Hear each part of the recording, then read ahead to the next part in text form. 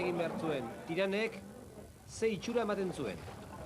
Zaletuen gogoan, Castron estatuko txapelketa irabazi ziotela Orio-ri, eta Tirangoak lehenengo kaletik, bigarrengotik Urki, Ondarru hirugarrengotik, eta Hondarribitarrak laugarren kaletik, azeratik Galiziarrak aurretik, patroi lanetan Jose Manuel Francisco, eta arraunean oso itxura ona eman zuten. Beraien kalteko jakina gainontzeko favoritoekin tanda berean ez izatea, beraz erreferentzia falta, baina erreferentzia faltan indarra eta teknika badutela erakutsi zuten. Atzetik Hondarribitarrak denboraldi handia egiten ari dira Hondarribitarrak ere, eta Aitor Carrilloren agindutara eutsi egin zieten hainbat momentutan Tiranekoei.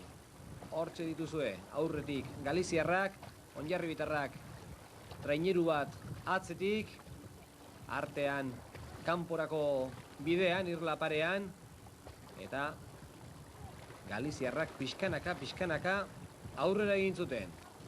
Zuten erreferentzia bakarra, Orio-tarrak eta San Pedro-tarrak, lehen Ziabogan egindako denbora, eta erlojuz kontrako proba balitz bezalaxe, aurrera egin zuten Jose Manuel Franciscoren gizonek.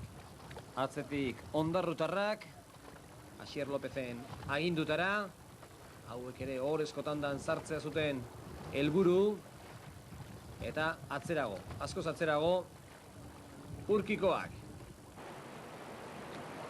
Hortxe dituzue, Hondarribitarrak kanporako Ziabogako esperantzan, Ondarrutarrak ere eutsi nahirik, Urkikoak atzean gelditu nahi ez, eta San Pedrok lehen Ziabogan egindako denbora berdindu nahirik, Tiranekoak gogoratu 9 minutu eta 53 segundu. Eta hortxe dituzue, Ziaboga hartzeko unean, Tiranekoak. Ziaboga txukuna egin zuten, Hondarribitarrak ere nahiko dotorea, Tiranek egindako denbora 9 minutu eta 59 segundu, Hondarribitarrak egindakoa 10 minutu eta 7 segundu, Ondarroak 10 minutu eta 13 segundu, eta Urkik 10 minutu eta 30 segundu. Hortxe Donostiarrak jotak zua aurrerantz egin nahiean, baina ordurako urruti ziren Tiranekoak. Dena den, Hondarribitarrak, naiz eta une batean aldea haundi xamarra izan zen, bere lanean segitu zuten, eta azkenerako bere helburua lortu zuten. Tiranekiko urrutiegi ez gelditzea, eta batipat ohorezko tandan sartzea.